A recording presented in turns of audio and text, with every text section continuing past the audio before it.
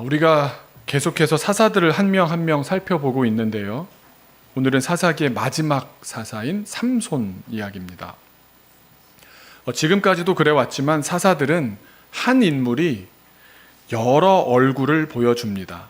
오늘 나눌 삼손도 여러 얼굴을 보여줍니다. 어떨 때는 성령의 감동이 임해서 성령의 역사를 보여주는 능력의 인물이요, 민족의 영웅과도 같은 인물이었지만 어떨 때는 아니 세상에 이런 건달이 또 있나 싶을 정도로 방탕한 삶을 보여줍니다. 영웅의 이야기와 건달의 이야기라는 극단적으로 다른 두 결의 이야기를 한 사람의 인격으로 이해하기란 쉽지가 않습니다. 같은 사람 맞나 싶은 생각도 많이 듭니다.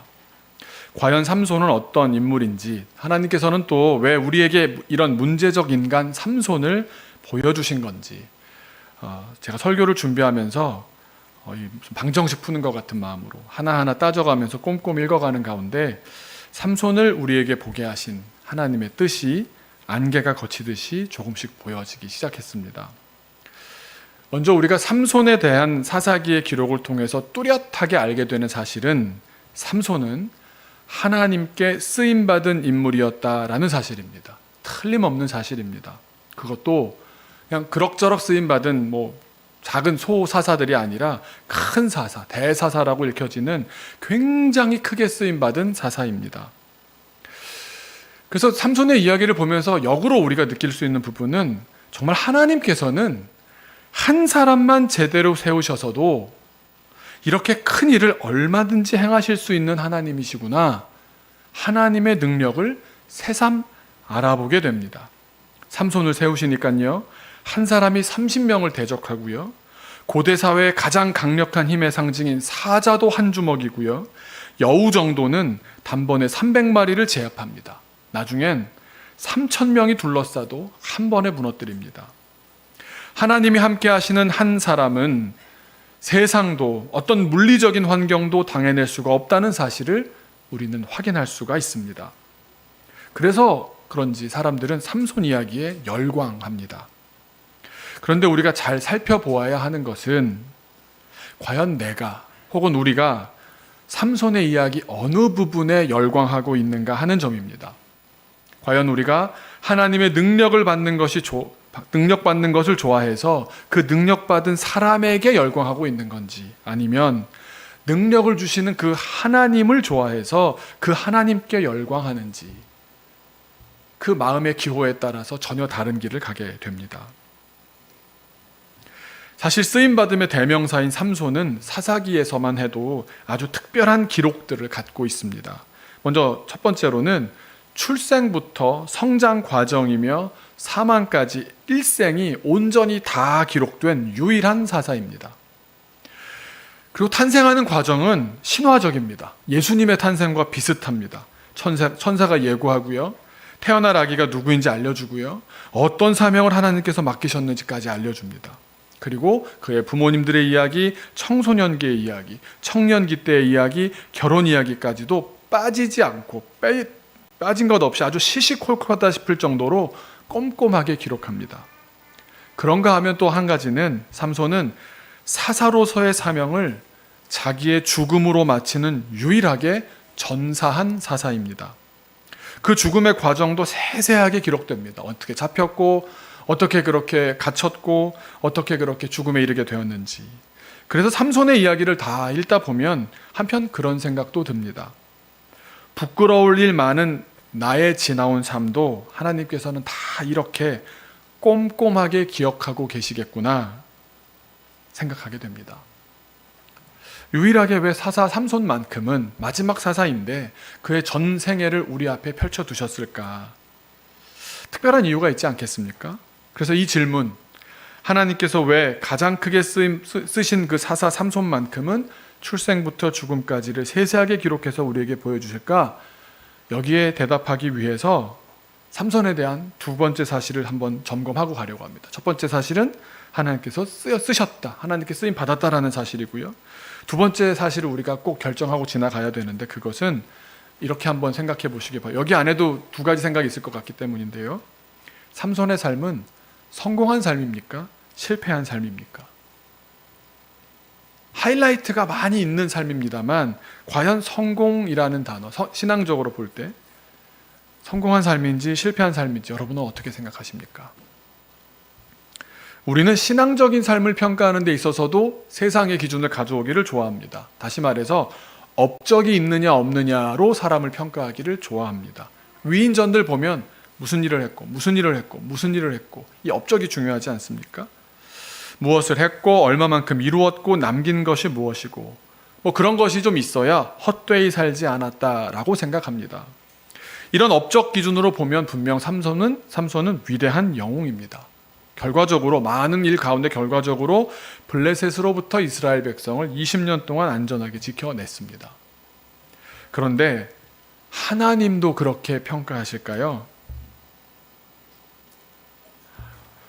업적이 없었다고 하면 삼손은 어떤 사람일까요? 성경은 그렇게 업적이 많고 능력이 많았던 삼손의 마지막 시간들을 비참하게 보여주십니다. 16장 20절에 보시면 삼손의 마지막 영적 상태를 보여주시는데 머리카락이 잘리기 이전에 이미 사람들은 머리카락이 잘려서 힘이 나간 줄로 생각하지만 머리카락이 잘리기 이전에 이미 하나님이 이미 떠나셨다고 말씀합니다. 하나님이 떠난 삼손은 어떻게 됩니까?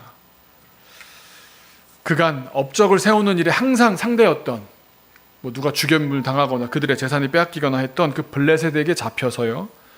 머리카락만 잘린 게 아닙니다. 눈이 뽑히고요. 놋줄에 매이고요. 옥에 갇히고요. 갇혀서도 맷돌을 돌려야 했습니다. 블레셋을 삼손 자기 기분대로 막 해치웠기 때문에 블레셋의 악감정, 적대감을 유독 더 키웠던 것이 사실입니다. 그래서 나중엔 블레셋의 신 다곤에게 올리는 제사 자리에 수많은 사람들이 모인 가장 큰 제사에 그 가운데 놀림감으로 끌려가서 조롱당하기까지 했습니다. 자업자득입니다. 삼손의 삶은 우리가 닮아야 할 모범적인 삶이 아닙니다.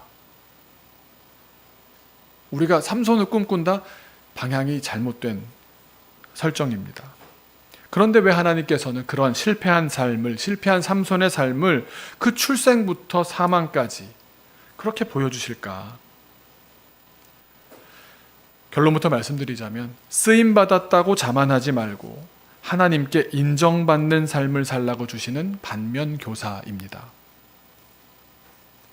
한번 이렇게 생각해 보시면 좋겠습니다. 나는 이렇게 하나님께서 주신 것에 이미 주신 것 또 지금도 주시는 것에 안도하면서 마음 놓으면서 하나님과의 관계에는 소홀하진 않은가, 이걸 돌아보라고 주시는 실패한 영웅인 줄로 믿습니다.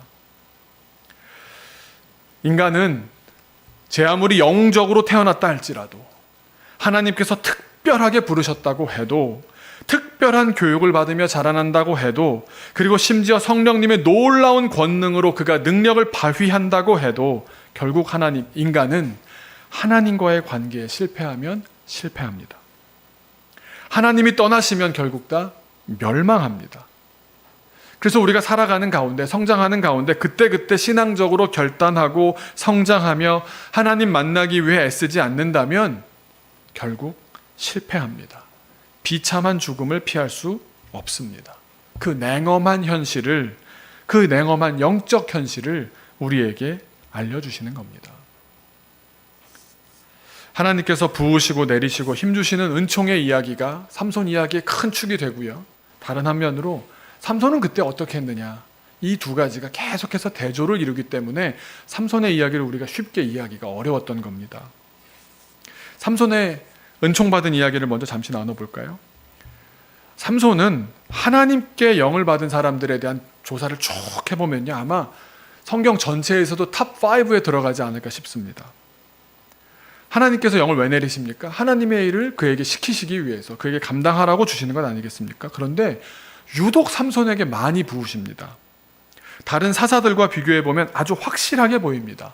첫 번째로요, 삼손은 횟수가 많습니다. 영을 받은 횟수가 많습니다. 여러 번 받습니다. 다른 사사들 가운데는 영을 받았다는 기록이 없는 사사들도 있고요, 받아도 기껏 한 번 받았습니다. 2번 받았다는 사람이 없습니다. 그런데 삼손은 몇 차례 영을 받았는지 아십니까? 성령을 받은 기록이 무려 4번이나 나옵니다. 이런 사람이 없습니다. 그런데 하나님의 영이 임할 때 삼손은 어떤 일을 했을 것 같습니까? 살상을 합니다. 살육을 합니다. 14장 6절을 보시면 첫 번째 영이 임했을 때 사자를 찢어 죽입니다. 14장 19절을 보시면요, 두 번째 영이 임했을 때 무고한 아스글론 사람들을 30명이나 죽이고 그들의 옷을 노략질합니다. 15장 14절 15절을 보시면요, 블레셋 사람들 1000여 명을 죽입니다. 영이 임했을 때 그가 보여준 행동은 살육하는 겁니다. 하나님의 영이요, 여러 번 임한 것뿐만 아니라 놀랍게도 굉장히 강력하게 임합니다. 이 영이 임했다라고 동사가 쓰여질 때, 영이 임했다는 동사도 뭐 내려왔다, 함께했다, 여러 가지 번역이 있는데, 여러 가지 원어가 쓰여지는데요, 특별히 삼손의 영이 임했다는 이 네 번의 기사에는 동일한 한 동사가 쓰여집니다. 그것은 짤라흐라는 동사인데요, 임하다 내렸다 정도가 아니라 관통했다는 뜻입니다. 관통했다. 그러니까 우리식으로 말한다면 하나님의 영이 삼손에게 임할 때는요, 머리끝부터 발끝까지 강력하게 임했다는 뜻입니다. 자주 임했을 뿐만 아니라 강력하게 임했습니다. 이 표현은 구약의 모든 성령 체험 가운데 가장 강력한 표현입니다. 받아도 가장 많이, 가장 자주, 가장 강력하게 받은 삼손. 그런데 그는 그 받은 것을 가지고 사람을 죽였습니다.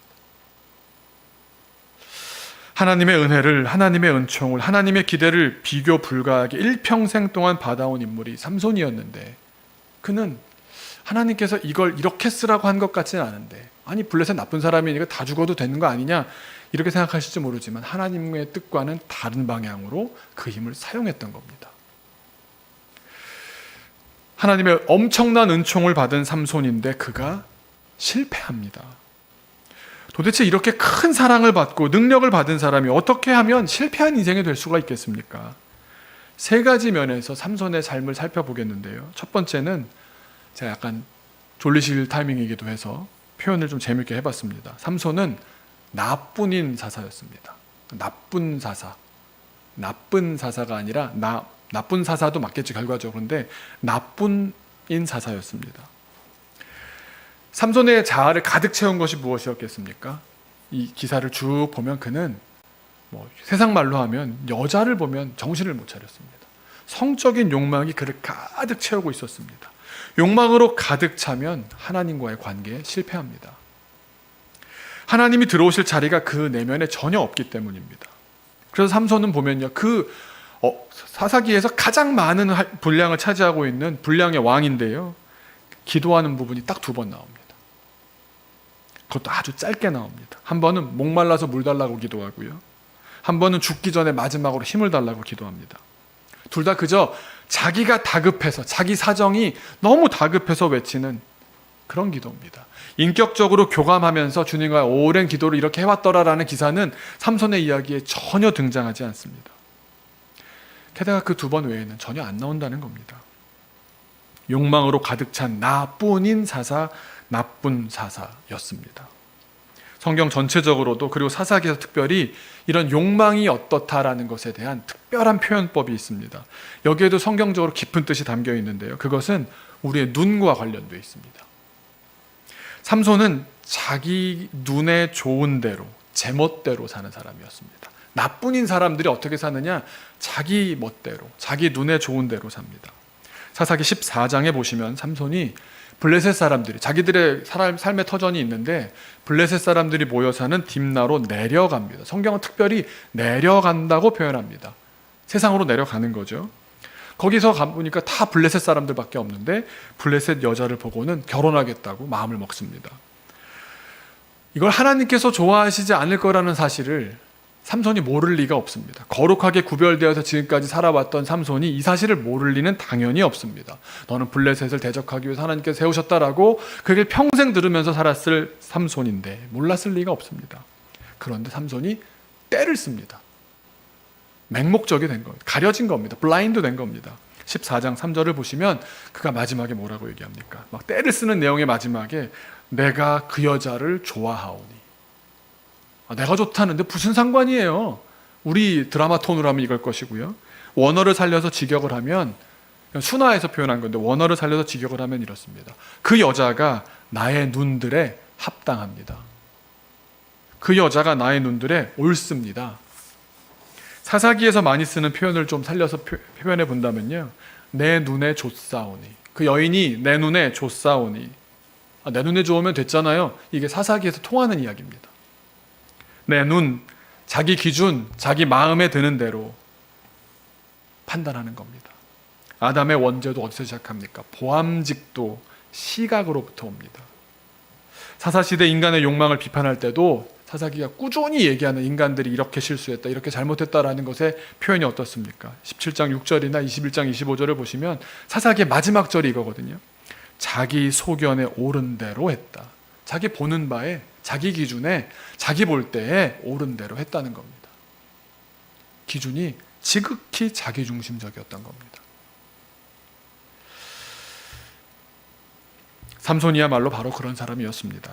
하나님 말씀 잘 지키겠다는 신실함은 안중에도 없었고, 도리어 자기의 성적인 욕망을 따라 제멋대로 자기 중심대로 살았던 나뿐인 욕망뿐인 나쁜 사사, 그게 바로 삼손이었습니다.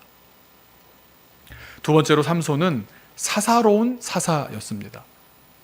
한자로 또 말장난을 좀 해봤는데요. 두 번째로 사사로운, 개인적인, 아주 자기 것만 생각하는 그런 사사였습니다. 사사라는 직분은 공적인 직분입니다. 민족 공동체에서 딱 한 명만 세운, 그 당시에 딱 한 명만 세운, 그 시대에 한 명만 세운 리더였고요. 또 사사라는 표현이 재판장의 의미도 있습니다. 그러니까 재판을 해야 되는 사람이다 보니 얼마나 공정해야 했겠습니까? 그런데 사사 삼손은 전혀 공적이지 않았습니다. 지극히 사사로웠습니다. 하나님께서 맡기신 일을 사사로이 대할 때 실패합니다. 하나님께서 우리에게 일을 맡기신다, 하나님의 일을 맡기신다, 우리가 어떤 맡은 일을 하나님의 일이라고 받아들인다라고 하면 사사로이 해서는 안 된다는 겁니다. 삼손은요, 개인적인 성향으로 봤을 때 지고는 못 사는 성격이었던 것 같습니다. 마치 중2병 걸린 학생이 조금 혼났다고 씩씩거리면서 벌겋게 달아올라 있는 그런 얼굴이 떠오르는 인물입니다. 반드시 되갚아줘야 직성이 풀리는 개인적이고 사사로운 복수심이 가득했습니다. 삼손이 세 번째 영을 받았을 때의 일입니다. 나귀의 턱뼈를 가지고, 나귀가 죽어서 이제 말라 있는데 거기에 뼈가 있었나 봅니다. 나귀의 턱뼈를 들고는 1000명을 죽입니다. 불편하지 않습니까? 이게 사람을, 하나님 영을 받았다고 이렇게 특별히 연관 없는 그런 어떤 민족적인 전쟁도 아닌데 이렇게 사람을 죽인다고? 근데 그 다음에 이어서 그가 노래하는 내용이 나옵니다. 15장 16절인데 이렇게 나옵니다. 이르되 나귀의 턱뼈로 한 더미, 두 더미 쌓았다고. 나귀의 턱뼈로 내가 1000명을 죽였도다 하니라. 이게 우리말로 보면 그냥 그렇게 읽히겠는데요. 히브리어로 보면 라임이 딱딱 맞는 겁니다. 그러니까 신나서 음악으로 노래를 한 겁니다. 기도는 하지 않았지만 노래는 합니다. 노래가 찬양이 아닙니다. 무슨 말입니까? 여기 뭐가 빠진 것 같지 않습니까? 하나님이 언급되지 않습니다. 내가 복수에 성공했어! 여기에 도취되어서요. 내가 턱뼈로 1000명 죽였다고 자기를 기념하기 위해서, 다음 절에 보시면 그 장소의 이름도 라맛 레히, 뜻이 뭐냐 하면 턱뼈의 산입니다. 자기 트로피를 세우는 겁니다. 자기 기념비를 세우는 겁니다. 나야 나! 얼마나 하나님이 주신 공적인 데 사용하라고 주신 힘을 가지고 사사롭게 사용합니까? 제가 혼자 그런 생각 해봤습니다. 아브라함 같았으면 어땠을까? 혹시 하나님의 뜻에 따라서 나쁜 블레셋이었기 때문에 어떤 정당성이 있어서 죽였다라고 하면 여호와 니시 이러듯이 여호와 턱뼈 이렇게 짓지 않았겠습니까? 또 한국 기독교 유튜버라면 여호와 턱뼈시, 재미없을 줄 알았습니다. 그 정도라도 이름 붙이지 않았겠습니까? 여러분 한번 생각해 보십시오. 이 내용을 잘 아시지만 삼손의 힘으로 했습니까? 하나님이 하신 겁니다. 하나님의 영이 임해서 할 수 있었던 건데 삼손은 어떻게 저렇게 모르지 할 정도로 모르고 있습니다. 그저 내가 했다, 라고 받아들인 겁니다. 삼손은 하나님에 대해서 아무런 관심이 없었습니다. 그런 기사가 또 하나 찾아볼 수 있는 부분이 있는데요. 삼손은 죽음 앞에서도 공적인 사명을 구한 것이 아니라 사적인 보복을 아주 불에 타서 구했습니다. 아까 말씀드린 대로 삼손은 블레셋의 다곤신을 위한 축제에 끌려가서 우리식으로 말하면 스테디움 같은데 가운데서 공개적으로 조롱당했습니다. 눈이 뽑혔죠. 야, 저게 그 삼손이래. 우리를 그렇게 괴롭히던 삼손이야. 눈알이 뽑히고 막 몸은 뭐 거지같이 돼가지고 엉망진창인 모습을 보면 사람들이 막 조롱을 한 겁니다. 그 자리에서 삼손이 기도합니다. 16장 28절을 보시면 우리가 이 부분의 해석을 정말 잘해야 되는데요. 삼손이 여호와께 부르짖어 이르되 주 여호와여 구하옵나니 나를 생각하옵소서. 하나님이여 구하옵나니 이번만 나를 강하게 하사. 그래서 많은 신앙인들이요, 이 단어를 굉장히 좋아합니다. 하나님 이번만 강하게 해주십시오. 이번만 넘어가게 해주십시오. 이번만 해결되게 인도하여 주옵소서. 나의 두 눈을 뺀 블레셋 사람에게 원수를 단번에 갚게 하옵소서.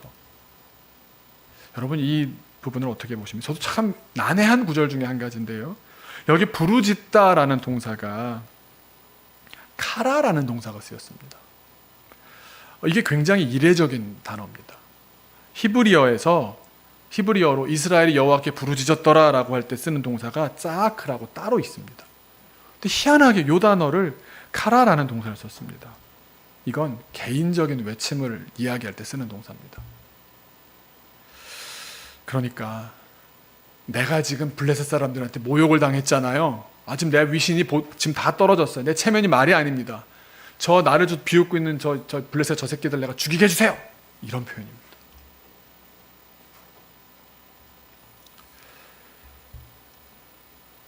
삼손은 사사로운 사사였습니다. 그래서 세 번째는 당연한 귀결이겠지만 그렇게 나뿐인 욕망에 눈이 먼 사사고 또 사사로운 자기 것만 생각하는 사사였기 때문에 그걸로 가득 차 있느라고 세 번째로 하나님의 영에는 아주 둔감했습니다. 이 부분은 다음 주일에 우리가 은사와 또 하나님의 영에 대해서 다음 시간으로 넘어가서 얘기할 텐데요. 간단히 나누었던 것만 말씀드리자면 아까 머리털이 잘렸다는 표현이 나오면서 그때 16장 20절을 보면 삼손이 어떻게 해보려고 하는데 힘이 안 납니다. 그때 성경은 이렇게 말씀합니다. 이미 떠나셨더라. 하나님은 이미 떠나신 겁니다. 머리카락이 잘렸기 때문에 더 이상 삼손이 힘을 발휘하지 못하더라 이렇게 기록하는 것이 아니라 여호와가 이미 그를 떠난 줄을 더 슬픈 것은 알지 못하더라. 머리카락은 그저 상징에 불과합니다. 삼손의 비밀은 머리카락에 있던 것이 아닙니다. 하나님에게 있었습니다. 삼손은 하나님의 떠나심도 감지하지 못하는 영적으로 둔감한 사람이 되어버렸습니다. 하나님이 떠나면 세상 천하의 영웅 삼손도 노예가 되고 맙니다. 정리해보면 이렇습니다. 삼손은 분명 하나님께 쓰임을 받았습니다. 그러나 하나님께 인정을 받지는 못한 겁니다. 우리의 인생은 그것이 성공이든 실패든 하나님께서 사용하십니다. 그 점이 놀라운 겁니다. 우리가 당연히 하나님이 인도하신 대로 잘 순종해서 우리의 삶도 성공이 되고 그 성공을 하나님께서 이용하셔서 하나님의 일도 이루어진다면 가장 좋겠지만 우리의 성공은 상수가 아닙니다. 우리는 실패할 수도 있고요. 우리는 연약해서 넘어질 수도 있고요. 그런데 놀라운 점은 무엇인가 하면 하나님께서는 삼손의 실패마저도 이용하신다는 겁니다. 사용하신다는 겁니다. 삼손의 실패마저도 여호와 하나님이야말로 참 신이요 다곤신보다도 위대하시다는 사실을 드러내는 일에 사용하시지 않습니까? 우리는 우리의 성공을 위해서 하나님께서 하나님의 뜻을 우리의 성공을 통해서 하나님께서 하나님의 뜻을 이루신다고 생각하기가 쉽습니다. 내가 성공하는 게 하나님께도 도움되는 거지. 그게 아니라는 겁니다. 하나님의 뜻을 이루시는 데에 우리의 성공이 필요 조건일까요? 그걸 필요로 하실까요? 하나님께서는 우리가 실패한다고 하더라도 나아가 우리가 아니어도 우리가 순종하지 않더라도 얼마든지 하나님의 뜻을 이루어 가십니다. 우리가 이 사실을 잘 받아들이기 힘들어 합니다. 나만 사명받은 것 같고 나를 통해서 하나님께서 일하시는 것만 같고 그 일이 아니면 안 된다고 생각하기도 합니다. 그런데 우리는 이 삼손을 통해서 공부하는 겁니다. 우리가 실패하는데도, 삼손 그렇게 은혜를 받고 큰 능력을 받았는데도 실패했다. 그럼 하나님도 망했네? 아니라 그 모든 과정 가운데 하나님은 높임을 받으십니다. 그러니 우리의 자세가 어때야 하겠습니까? 우리가 많이 쓰임을 받는다면, 우리 가정에, 우리 어떤 사업에, 우리 교회에 내게 어떤 직임을 주셨다면 어떻게 해야겠습니까? 쓰임 받는 것이 감사하는 겁니다. 감사하는 겁니다. 감사하셔서 하나님과 인격적인 만남을 계속 이어가는 것이 중요합니다. 쓰임 받는다는 것 자체가 우리의 신앙을 담보하지 못합니다. 하나님의 뜻 가운데 하나님의 계획을 이루어 가십니다. 다만 일을 맡기신다면 그것은 분명 우리에게 관심을 갖고 우리와 교제하고자 주시는 신호인 것이 분명합니다. 그러나 우리는 나에게 특별한 일을 맡기셨다고 우쭐하기만 하고 하나님과의 만남과 관계를 깊이 이어가지 못한다면 아무리 큰 능력과 은총을 받았어도 결국 실패를 면할 수 없습니다. 그러니 여러분, 받은 것에, 행한 것에, 이루어진 것에 시선을 빼앗기지 마시고 주님과의 만남에 대한 시선을 유지하십시오. 하나님과의 관계가 언제 끊어진다고요? 일을 안 맡기실 때입니까? 맡기신 일이 다 끝났다고 느껴질 때입니까? 아닙니다. 하나님께 인정받지 못할 때입니다. 쓰임을 받더라도 인정을 받지 못한다면 실패입니다. 영화 대사 중에 유명한 이런 말이 있죠. 호의가 계속되면 권리인 줄 안다. 이 말에 삼손 버전이 있습니다. 하나님의 긍휼을 착각하면 간덩이가 붙는다. 한 번 죄에 빠졌는데도 은혜가 주어지고 역사가 나타납니다. 그러니까 삼손이 어떻게 생각했겠습니까? 이래도 되나 보다.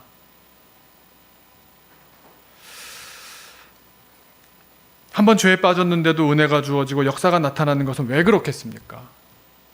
하나님의 긍휼이 크시기 때문 아닙니까?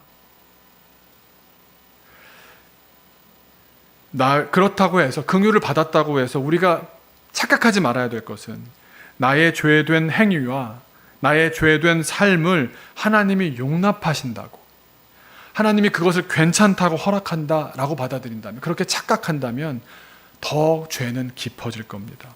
아직 아무 일도 일어나지 않았다고 해서 지금 나의 행위와 삶이 괜찮은 것으로 착각했다가는 돌이킬 수 없는 마지막을 경험하게 되는 겁니다. 죄에 대해 마음이 담대해져 가고 있는 것은 아닙니까? 오래 참으시고 기다리시는 하나님의 기회를 그렇게 무시해서는 안 되는 겁니다. 자기를 하나님이 사용하고 있다는 것으로 삼손은 자기 모든 행위를 주님은 눈 감아 주셨다, 인정해 주셨다라고 착각한 것 같습니다. 그러다 보니까 죄에 대해서 점점점 더 담대해졌습니다. 하나님의 긍휼을 착각하면 간덩이가 붙습니다.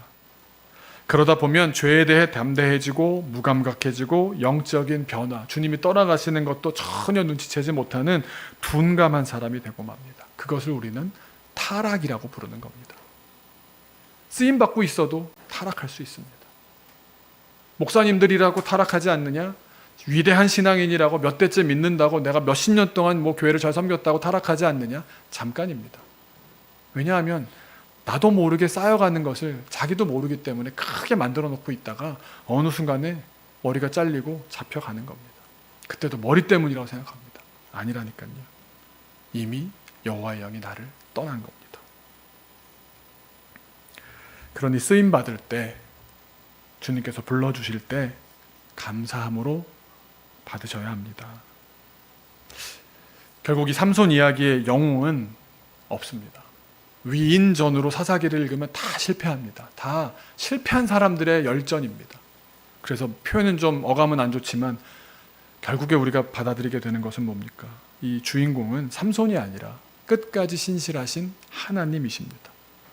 위신전 이러려니까 너무 이게 무슨 어감이 안 좋아가지고요. 주인공은 신실하신 하나님이십니다. 오늘 전도사님께 그래서 오늘 예배 전에 찬양에, 또 오늘 주보에도 보시면 Great is your faithfulness. 주님의 신실하심 우리의 소망입니다. 아침이 되면 해가 떠오르고요. 여름이 되니까 다시 더워지고요.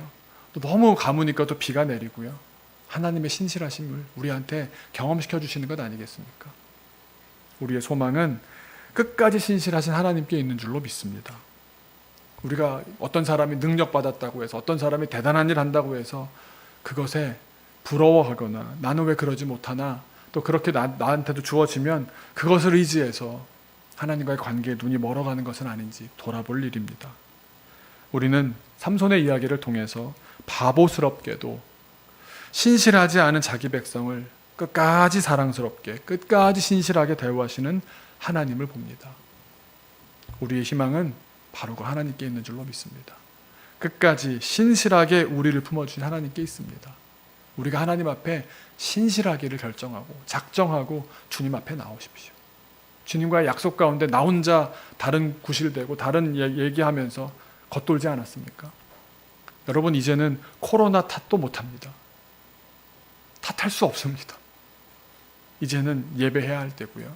이제는 다른 것으로 하나님 앞에, 그때는 코로나 기간 아니었습니까, 주님? 나의 온 생을 다 놓고 얘기하실 때 그렇게 말씀하실 수가 있을까요? 안 될 겁니다. 하나님의 신실하심을 가지고 우리가 긍휼을 당연한 것으로 착각해서는 곤란합니다. 신실함으로 주님과 깊은 관계 속으로 나아가는 저와 여러분 되시길 주님의 이름으로 축원합니다. 잠깐 기도하겠습니다. 주의 신실하심이 우리의 생명인 줄로 믿습니다. 아침마다 새롭고 날마다 새롭고 계절마다 주님 주시는 은혜가 너무나 큽니다.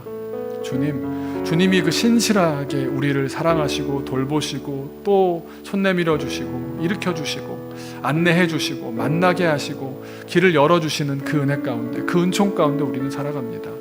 그런데 긍휼을 받을 때, 은혜를 받을 때 내가 잘해서라고, 내 잘못도 다 눈 감아 주시는 건가 보다라고 착각하지 않게 하여 주옵소서.